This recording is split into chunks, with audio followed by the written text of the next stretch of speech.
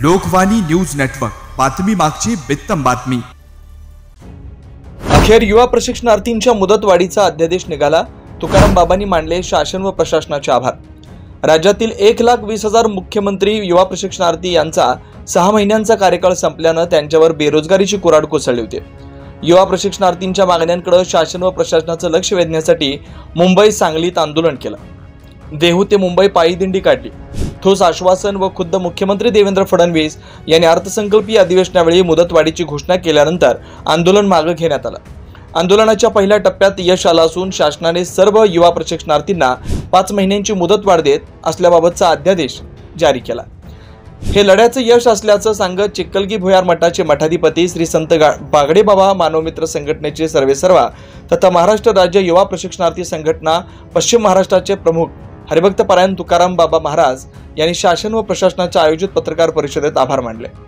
तुकाराम बाबा म्हणाले, युवा प्रशिक्षणार्थींना प्रशिक्षणानंतर कायम रोजगार देण्यात यावा, विद्या वेतनामध्ये वाढ करण्यात यावी, विद्या वेतन नियमित व वेळेवर देण्यात यावं, सेवा वेतन लागू करावं, युवा प्रशिक्षणार्थींना शासकीय सेवेत 10% आरक्षण देण्यात यावं, शासकीय कर्मचारीप्रमाणे रजा अनुज्ञेय असावी, या आमच्या प्रमुख मागण्या।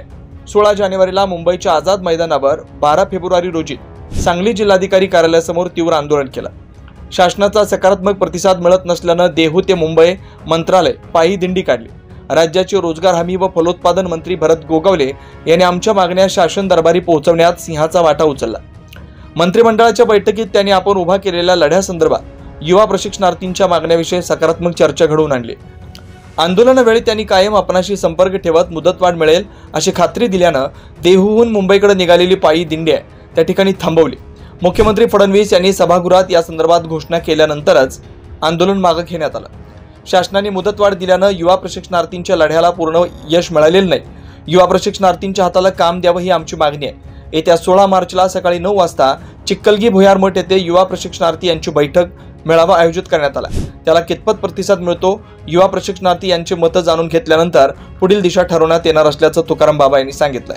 5 वाजता माननीय मुख्यमंत्री देवेंद्रजी फडणवीस साहेब, उपमुख्यमंत्री अजित पवार साहेब, उपमुख्यमंत्री एकनाथजी शिंदे साहेब आणि मान्य श्री भरत गोगावले साहेब यांच्या प्रयत्नातून महाराष्ट्रातील तमाम 1,20,000 विद्यार्थ्यांचा मुख्यमंत्री वा कार्यपरिषदेच्या माध्यमातून जे काम करतात त्यांना GR प्राप्त झालेला आहे।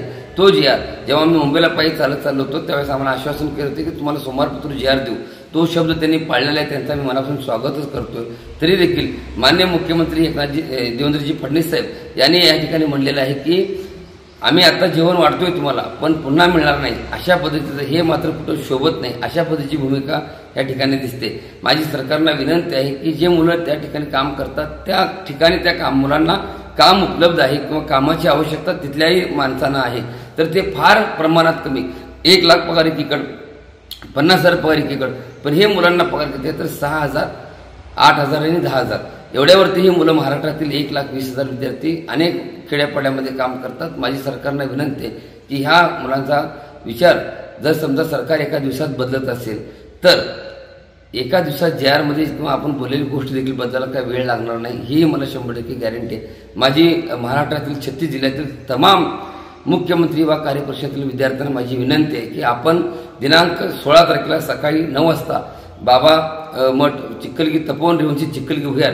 या ठिकाणी मोठ्या संख्येने उपस्थित राहून राष्ट्रीय संत गाडगेबाबा यांचे शिष्य वैरागी संपन्न बागडेबाबा इवली स्वरूप लावली जरी त्याचा वेळ गेल्या गंगानावर त्या बागडेबाबाच्या तपोवन रेवंची चिक्कलगी भुयार या ठिकाणी 16 तारखेला सकाळी 9 वाजता पुढील दिशा कशी असेल किंवा ह्या GR मधून जे वाक्य मान्य जे मुखातून बोललेलं आहे ते GR मध्ये कुठं उल्लेख नाही आहे की तुम्हाला पुन्हा मिळणार नाही किंवा काय, पण तरी देखील त्यांनी आम्हाला सावध केलेलं आहे। त्यामुळे जे पोटात आहे ते ओटामध्ये आलेलं आहे, त्याच्यावरती देखील आपल्याला विचार करणं गरजेचं आहे। त्यासाठी 16 तारखेला महाराष्ट्रातील 36 जिल्ह्यामधून तमाम मुख्यमंत्री वा कार्यपरिषदेतील विद्यार्थ्यांनी मोठ्या संख्येनं तपोवन रेवंची चिक्कलगी भुयार या ठिकाणी उपस्थित राहावं एवढ्याच या माध्यमातून सांगतो आणि सरकारचं मी पुन्हा एक वेळ मनापासून आभार व्यक्त करतो की त्यांनी दिलेला शब्द पाळला।